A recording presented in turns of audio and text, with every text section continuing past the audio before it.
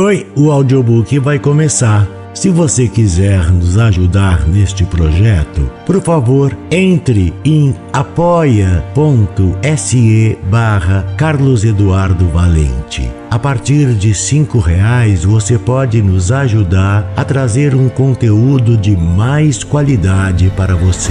Você também pode se inscrever em nosso canal do YouTube e tornar-se membro para ter conteúdos inéditos antes de qualquer outra pessoa.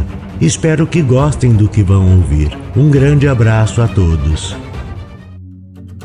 Use seu fone de ouvido para uma maior imersão.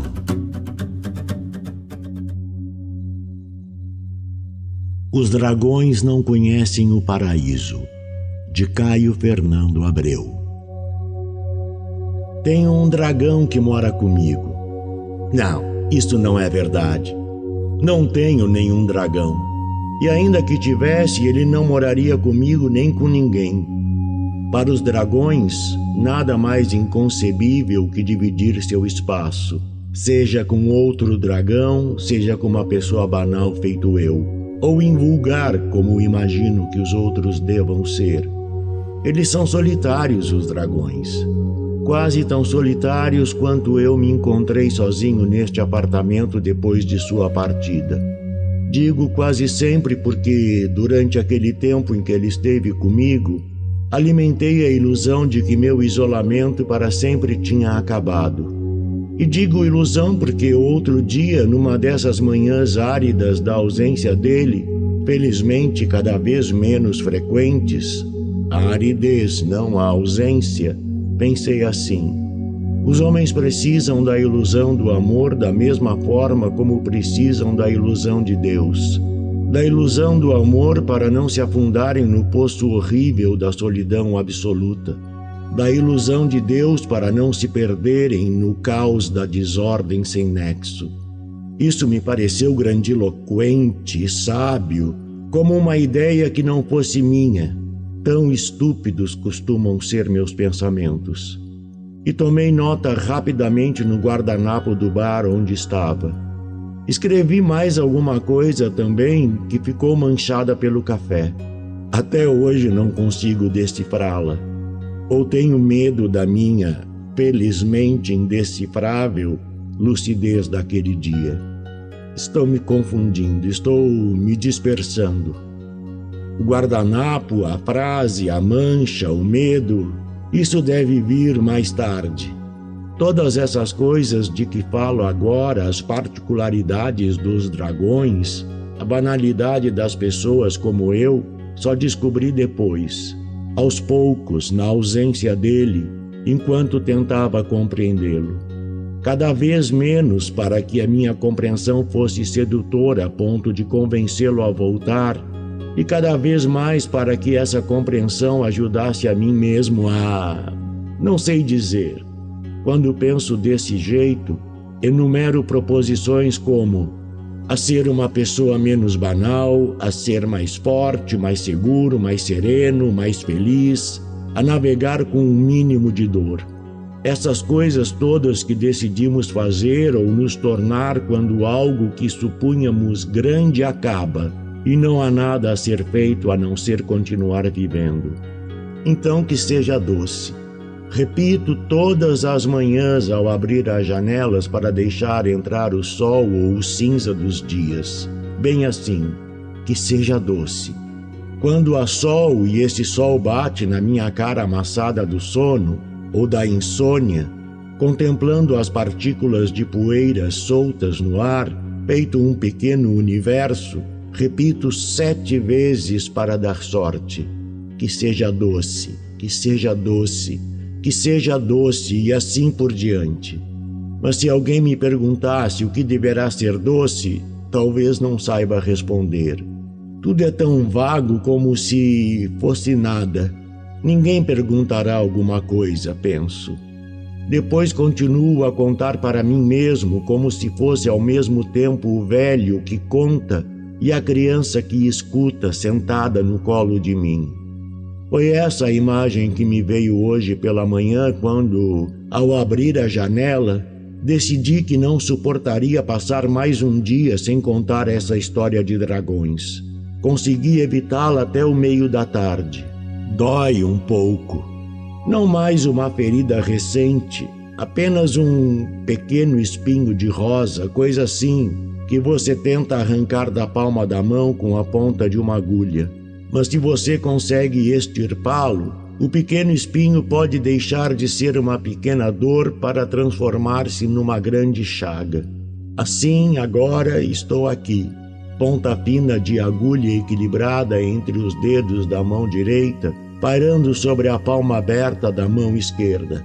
Algumas anotações em voltas, tomadas há muito tempo, o guardanapo de papel do bar, com aquelas palavras sábias que não parecem minhas e aquelas outras manchadas que não consigo ou não quero ou finjo não poder decifrar. Ainda não comecei. Queria tanto saber dizer "era uma vez". Ainda não consigo. Mas preciso começar de alguma forma.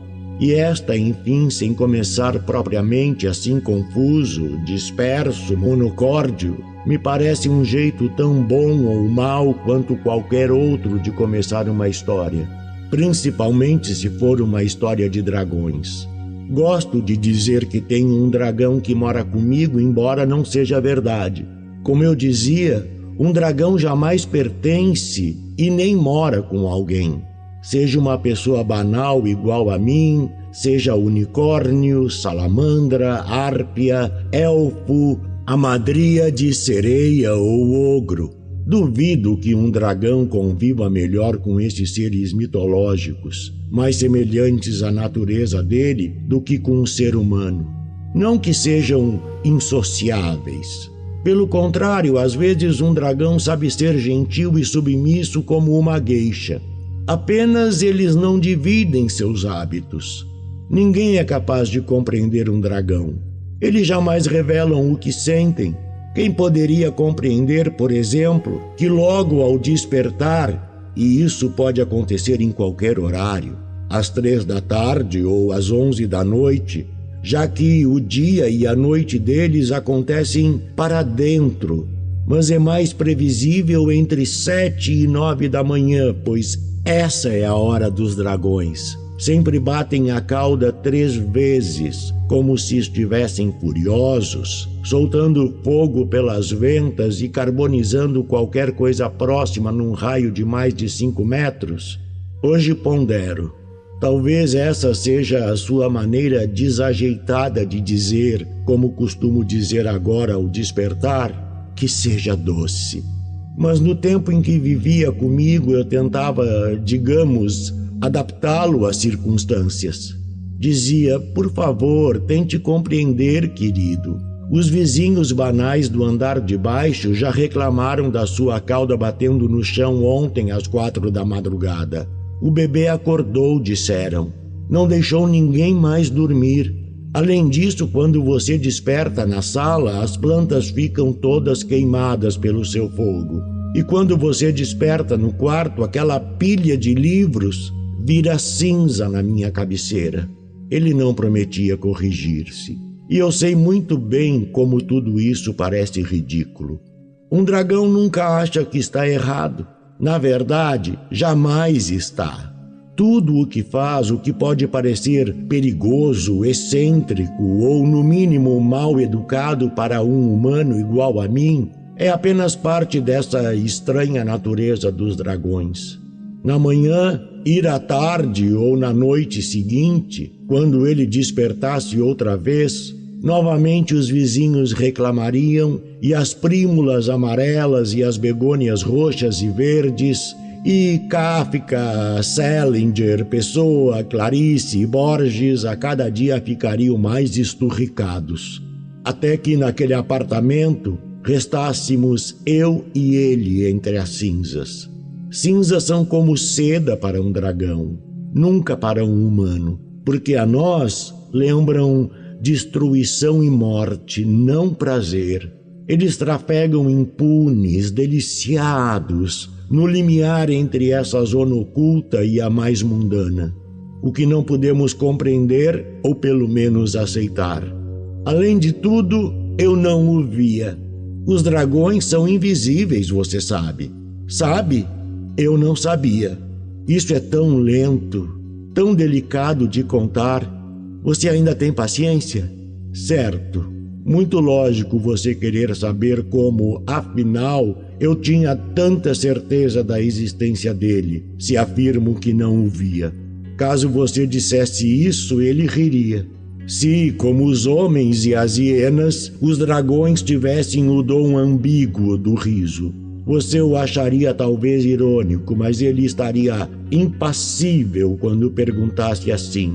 Mas então você só acredita naquilo que vê?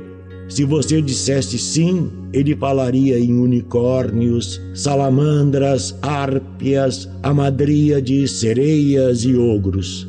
Talvez em fadas também, orixás, quem sabe?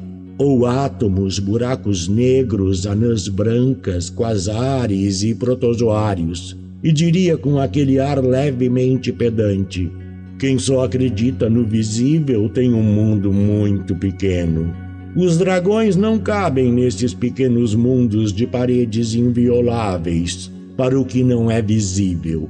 Ele gostava tanto dessas palavras começadas por invisível, inviolável, incompreensível, que querem dizer o contrário do que deveriam.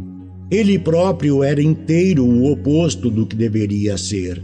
A tal ponto que, quando o percebia intratável, para usar uma palavra que ele gostaria, suspeitava-o ao contrário, molhado de carinho.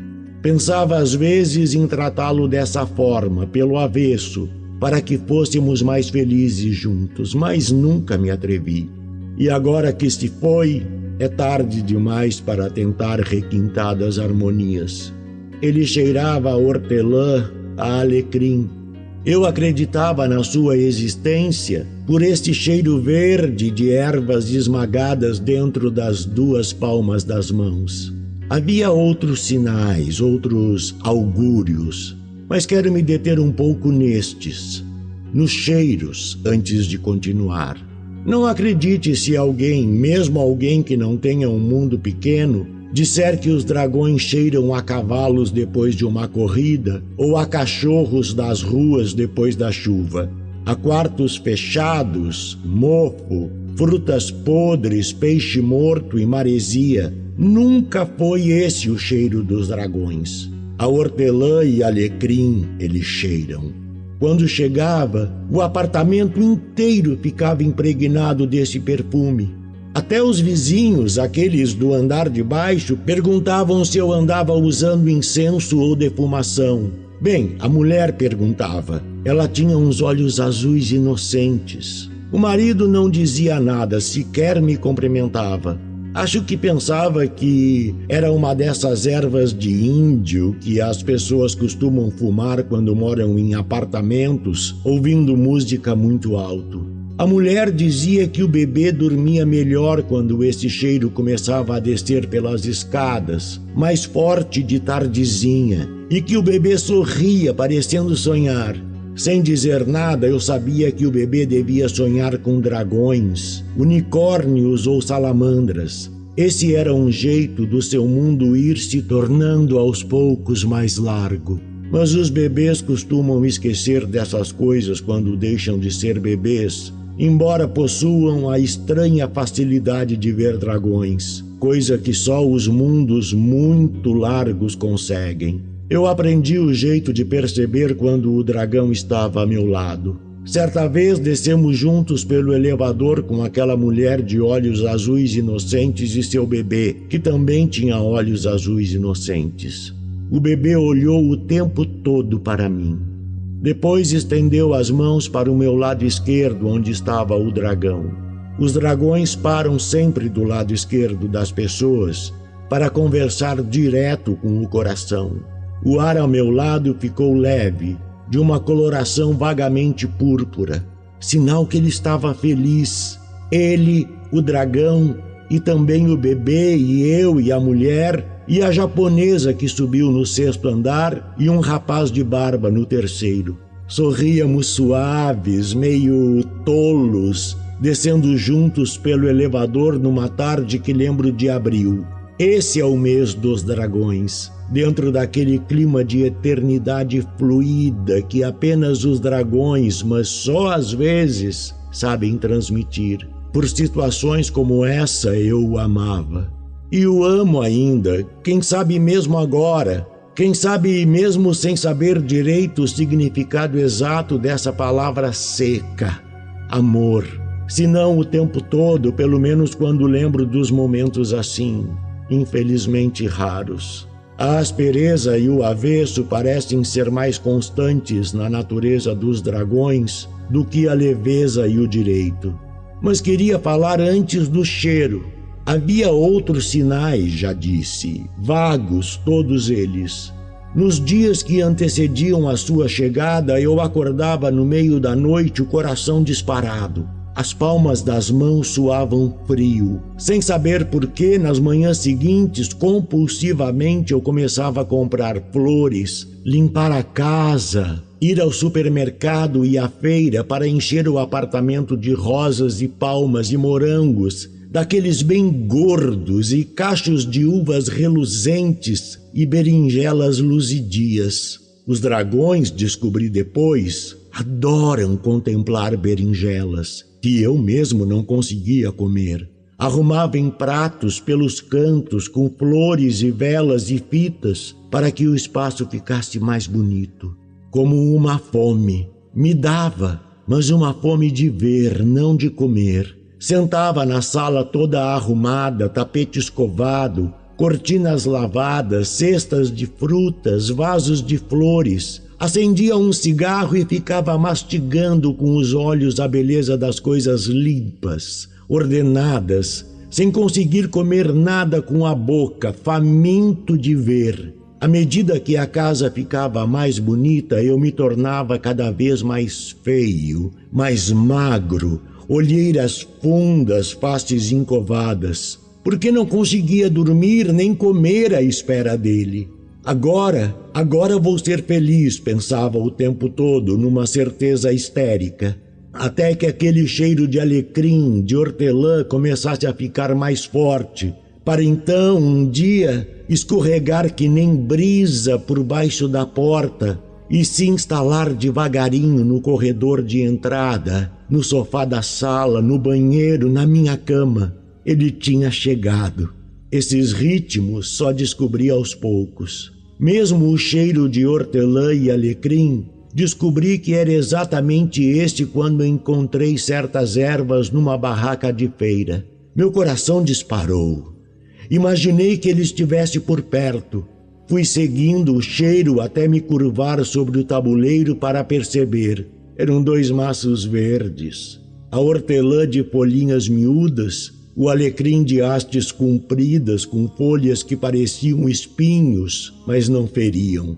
Perguntei o nome e o homem disse. Eu não esqueci. Por pura vertigem, nos dias seguintes repetia quando sentia saudade. Alecrim, hortelã, alecrim, hortelã, alecrim, hortelã. Antes ainda, o pressentimento de sua visita trazia unicamente ansiedade, taquicardias, aflição, unhas roídas. Não era bom. Eu não conseguia trabalhar, ir ao cinema, ler ou afundar em qualquer outra dessas ocupações banais que as pessoas como eu têm quando vivem.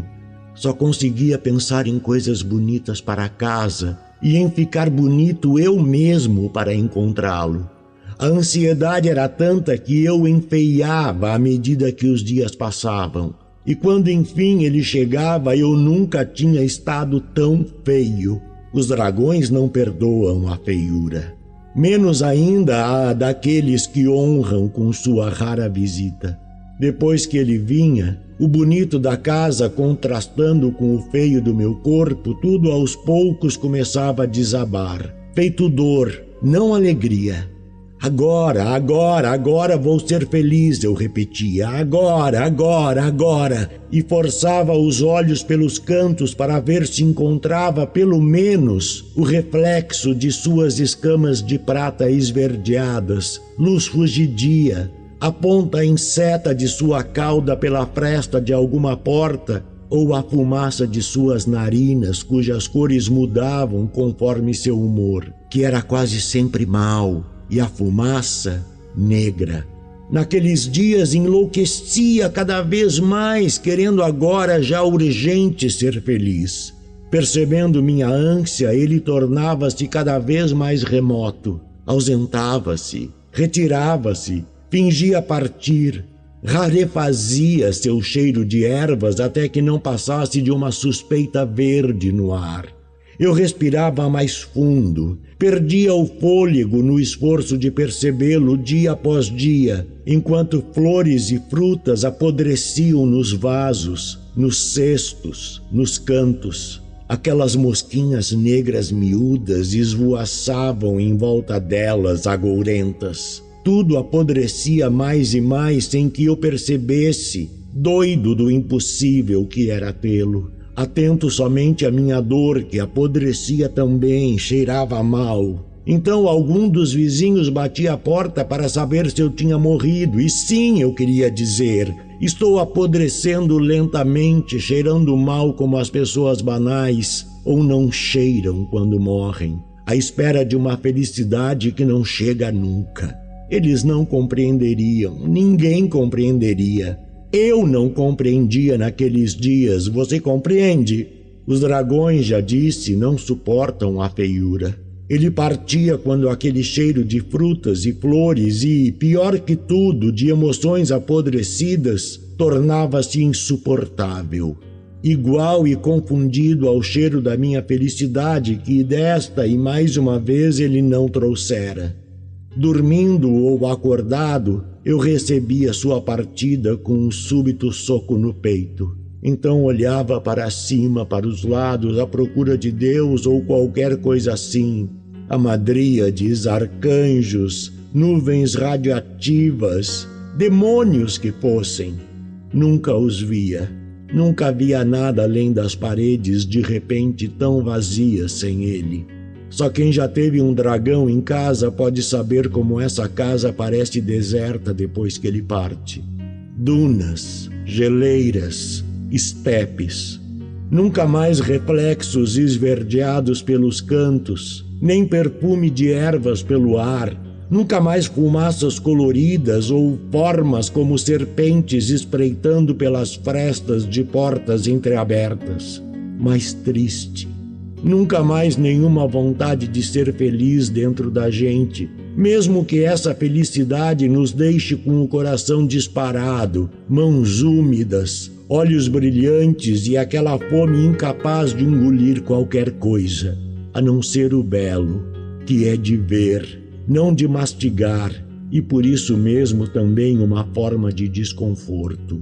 No turvo seco de uma casa esvaziada da presença de um dragão, mesmo voltando a comer e a dormir normalmente como fazem as pessoas banais, você não sabe mais se não seria preferível aquele Pantanal de antes, cheio de possibilidades que não aconteciam, mas que importa a esta secura de agora, quando tudo sem ele é nada.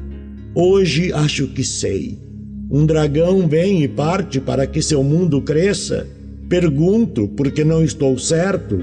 Coisas talvez um tanto primárias como um dragão vem e parte para que você aprenda a dor de não tê-lo, depois de ter alimentado a ilusão de possuí-lo, e para, quem sabe, que os humanos aprendam a forma de retê-lo se ele um dia voltar. Não, não é assim, isso não é verdade. Os dragões não permanecem. Os dragões são apenas a anunciação de si próprios. Eles se ensaiam eternamente, jamais estreiam. As cortinas não chegam a se abrir para que entrem em cena. Eles se esboçam e se esfumaçam no ar, não se definem. O aplauso seria insuportável para eles. A confirmação de que sua inadequação é compreendida e aceita e admirada e, portanto, pelo avesso, igual ao direito, incompreendida, rejeitada, desprezada.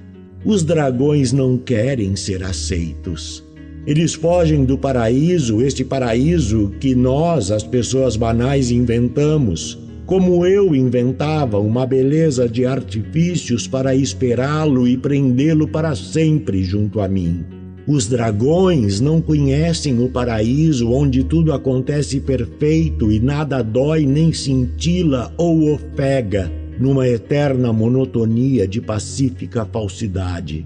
Seu paraíso é o conflito, nunca a harmonia.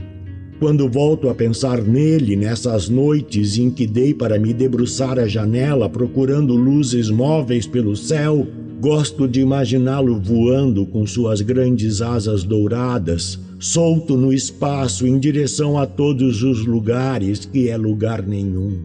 Essa é a sua natureza mais sutil, avessa às prisões parasídicas que idiotamente eu preparava com armadilhas de flores e frutas e fitas quando ele vinha. Paraísos artificiais que apodreciam aos poucos, paraíso de eu mesmo, tão banal e sedento, a tolerar todas suas extravagâncias e que devia lhe soar ridículo, patético e mesquinho. Agora apenas deslizo sem excessivas aflições de ser feliz. As manhãs são boas para acordar dentro delas, beber café e espiar o tempo. Os objetos são bons de olhar para eles sem muitos sustos, porque são o que são e também nos olham, com olhos que nada pensam. Desde que o mandei embora para que eu pudesse enfim aprender a grande desilusão do paraíso, é assim que sinto, quase sem sentir. Resta esta história que conto. Você ainda está me ouvindo?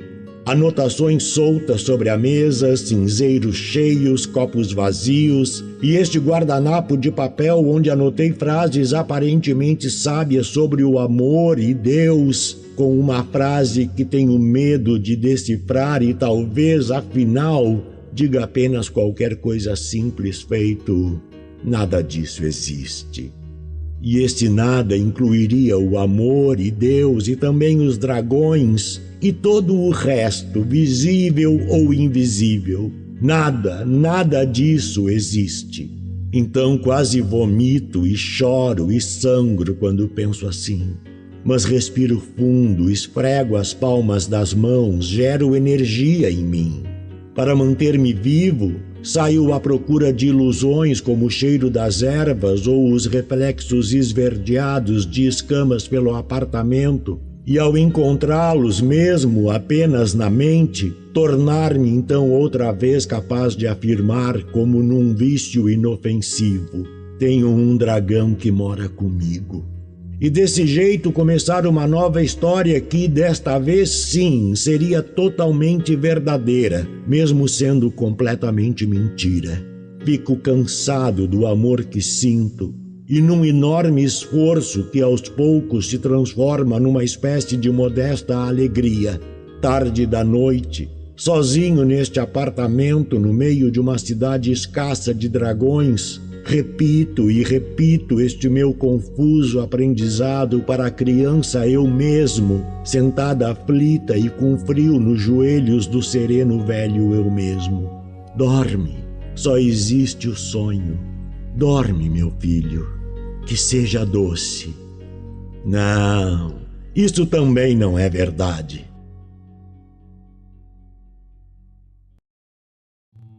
Do narrador Carlos Eduardo Valente. Contato carlão50@gmail.com